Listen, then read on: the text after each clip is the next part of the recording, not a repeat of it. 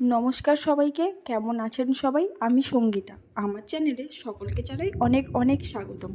বাইরে হচ্ছিল প্রচুর বৃষ্টি, তাই বাড়িতে থাকা উপকরণ দিয়েই বানিয়ে ফেলেছিলাম গরম গরম সিঙ্গাড়া আর সাথে মিষ্টি দোকানের মতো টক ঝাল মিষ্টি চাটনি। চলুন আজকের আমি আপনাদের সঙ্গে শেয়ার করি আমি কিভাবে বানালাম। প্রথমে ময়দাটাকে ভালো করে চেলে নিয়ে তার উপর দিয়ে দিয়েছিলাম কালো জিরে এবং দিয়েছিলাম পরিমাণ মতো লবণ ও সামান্য পরিমাণ চিনি। ভালো করে মাখিয়ে নিয়ে তার উপর দিয়েছিলাম 500 গ্রাম ময়দায় প্রায় 50 গ্রামের মতো রিফাইন তেল দিয়ে ভালো করে মাখিয়ে নিতে হবে।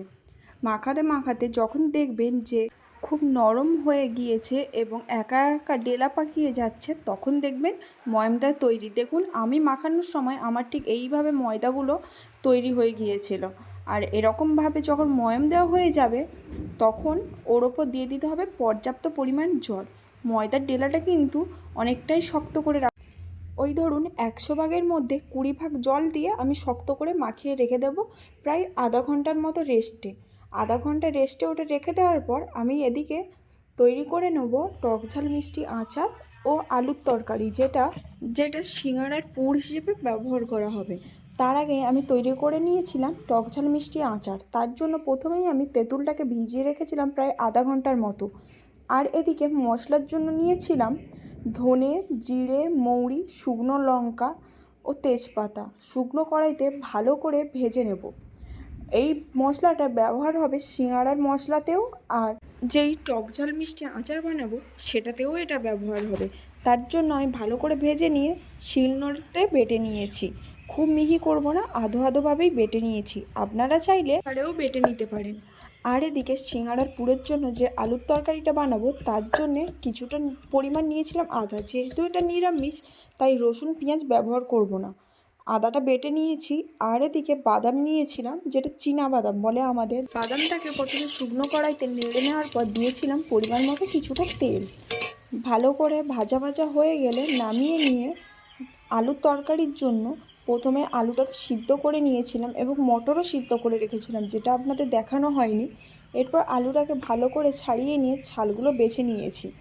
মটর এবং আলু সিদ্ধ করার সময় আমি কিন্তু লবণ ব্যবহার করিনি, আপনারা চাইলে ব্যবহার করতে পারেন। কড়াইতে আদা ও হলুদ দিয়ে ভালো করে মশলাটা কষিয়ে নেওয়ার পর দিয়ে দিয়েছিলাম সেদ্ধ করে রাখা মটর। দিয়ে ভালো করে নেড়ে চেড়ে দিয়েছিলাম কিছুটা পরিমাণ টমেটো সস। যেহেতু আমার কাছে টমেটো ছিল না, তাই জন্য আমি টমেটো সস ব্যবহার করেছিলাম স্বাদের জন্য। দিয়ে ভালো করে মশলাটাকে কষানো হয়ে গেলে দিয়েছিলাম সেদ্ধ করে রাখা আলু। সেদ্ধ করে রাখা আলু দেওয়ার পর অনেকক্ষণ ধরে কষিয়ে নিতে হবে, কারণ ওর মধ্যে জলটা থাকলে সিঙ্গাড়া মুচমুচে হবে না। সিঙ্গাড়া হয়তো ভাজার সময় মুচমুচে হলেও কিছুক্ষণ পর নরম হয়ে যাবে।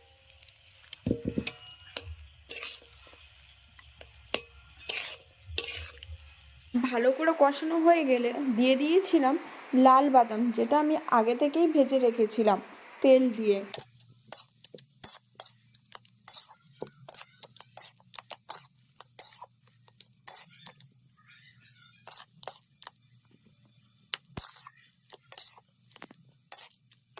দেখুন আমি তৈরি করেছিলাম এরকম। ঠিক আলুটা শুকিয়ে গেলে তার উপর আগে থেকে যে মশলাটা করে রেখেছিলাম সেই মশলাটা দিয়ে আবারও নেড়ে চেড়ে নিয়েছিলাম। কিছুটা পরিমাণ মশলা এতে ব্যবহার করেছি এবং কিছুটা পরিমাণ মশলা আমি রেখে দিয়েছি। তারপর তেঁতুলটাকে ভালো করে ডলে ওর মধ্যে থেকে তেঁতুলের দানা বের করে ফেলে দিয়েছিলাম এবং শুকনো কড়াইতে দিয়ে দিয়েছিলাম ওই তেঁতুলের যেটা বের করে রেখেছিলাম সেই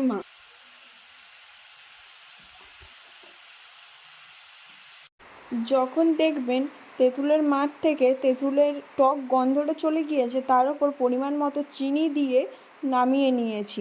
ভালো করে ফুটিয়েও ছিলাম চিনি দেওয়ার পর, যেটা আপনাদের দেখানো হয়নি। নামিয়ে নেওয়ার পর আগে থেকে যে মশলাটা তৈরি করে রেখেছিলাম সেই মশলাটা ভালো করে ওপর থেকে ছড়িয়ে দিয়ে কিছুটা নেড়ে নিয়েছি।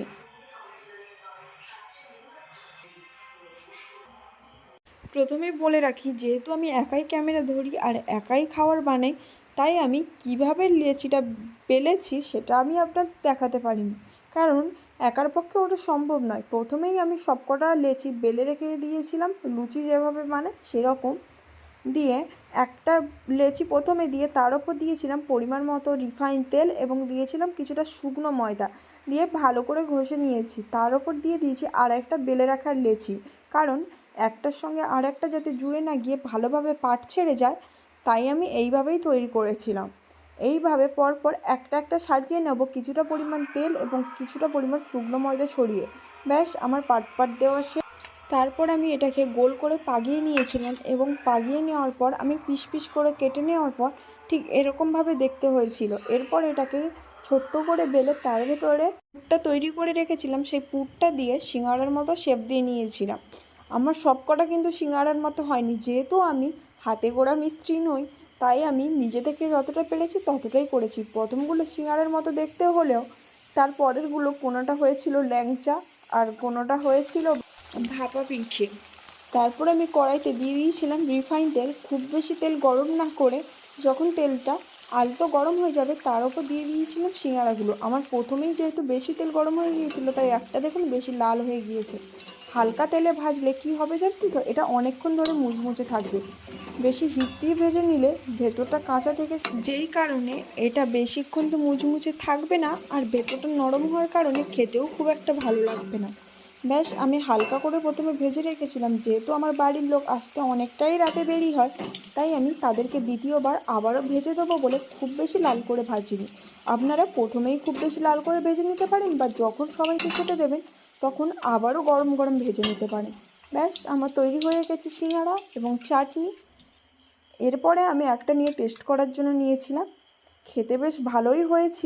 শুধু আমি নয়, আমার পরিবারের সবাইই বলেছিল খেতে খুবই ভালো হয়েছে। যেহেতু আমি এটা প্রথম ট্রাই করেছি, তার তুলনায় অনেকটাই ভালো। ভালো লাগলে অবশ্যই চ্যানেলটি সাবস্ক্রাইব করবেন, যাতে নতুন ভিডিও